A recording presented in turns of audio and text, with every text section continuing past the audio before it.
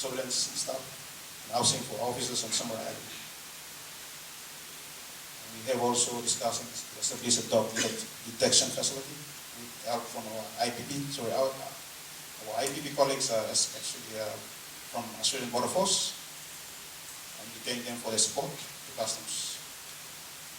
They are under the Institutional Partnership Program. We also have support. What's happening at the moment, there's a review going on in terms of our customs legislation, support also to our IPP. So you might be expecting changes in the legislation after Parliament meets or after the elections. That's just informing everyone that you might be expecting changes. We have rules of origin. It's been worked on, legislation on rules of origin. We're in the process of engaging consultants to look into that.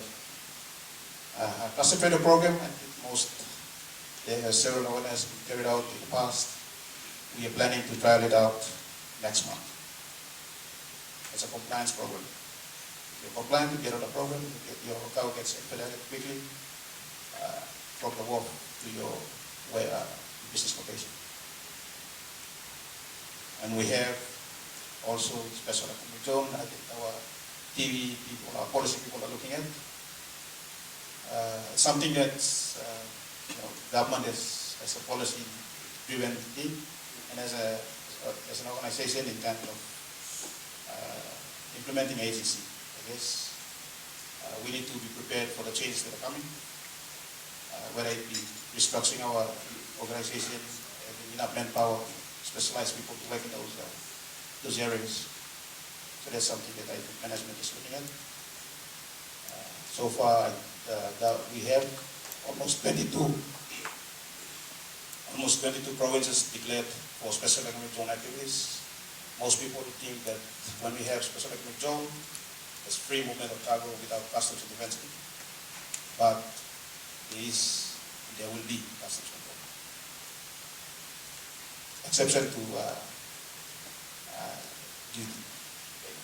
But in terms of movement of security for national security purposes, movement of cargo and people in and out of those special economic zones, customs, immigrations, labor department, all this, they have an integral role to play within special economic zone. And Customs Training Institute, that's something that's in the pipeline. We had an MOU with Divine Word University, and internally the program has been offered, diploma and customs program offered to customs officers internally. The MOU expired, we renewed the MOU just recently, and we are looking at how we can go from there. We have a strategic plan to put forward and hopefully make it become a reality. Challenges in terms of digital aids, it's costly to develop and acquire technology. Even maintaining it is costly. Lack of system compatibility among government agencies, stakeholders. Technology can be disruptive. It's a challenge. It can disrupt your normal way of doing business. You have technology, artificial intelligence, Internet of Things, blockchain technology, machine learning, big data analytics. These are technologies on the rise, and some countries are already using these technologies, and we are mindful of those technologies that are coming. Also, there's a lack of standardized data set amongst government agencies, as mentioned earlier, in terms of information sharing, collection and capturing, sharing information, making the information publicly available. Opportunities that we see going forward, sharing costs to develop and maintain those technologies to BOT, build operating transfer arrangements. Development of a single window, national single window, is something that we see with changes in technology and everyone maybe getting on board. It's something that can be explored. to using a system that's already existence or to a trade portal. It's something that we envisage. To explore new technology within the global trade environment, you'll see a higher massive than IBM trade lens. That's a shipping kind of system that's used by them. It's based on a blockchain technology. And you have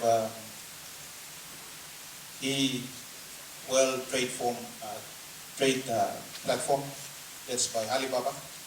That's something that we can explore as a company for e-commerce purposes.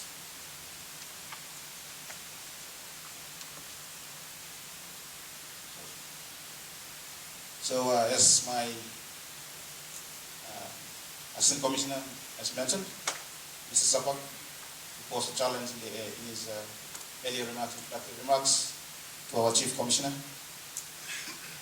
to establish a custom-based business partnership subcommittee. That's a way forward for us.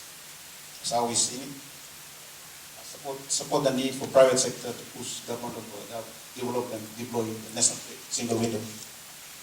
So we need support from the private sector as well to support agencies that are involved in the trade facilitation area to push or put forward a proposal to government to consider the development of the national single window that will create ease of information sharing for everyone else in the industry.